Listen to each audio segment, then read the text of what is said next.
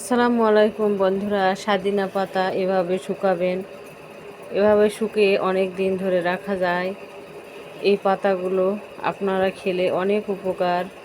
যাদের পেটের সমস্যা আছে গ্যাস্ট্রিকের, তারা পানিতে ভিজিয়ে সকালে 1 গ্লাস পানিতে ভিজাবেন এই পরিমাণে, তারপর খেয়ে নেবেন। পেটের সমস্যা দূর হয়ে যাবে। এবং আপনি শুকনো মরিচ দিয়ে, পেঁয়াজ দিয়ে ভর্তা করেও খেতে পারেন। এতে আপনার অনেক উপকার। সাদিনা পাতা এভাবে শুকায়া নেবেন এবং রোদে শুকায়া এভাবে, এই যে দেখেন, এভাবে শুকায়া গুঁড়ি করে আপনি বয়মে রেখে দিতে পারবেন এবং প্যাকেট করে রেখে দিলে আপনার সারা বছর খেতে পারবেন। আপনারা ভর্তা করে খেতে পারবেন সব সময়। ভাত খাওয়ার একটু আগে আপনারা এভাবে ভর্তা করে নেবেন, তাহলে আপনার অনেক সমস্যাগুলো দূর হয়ে যাবে।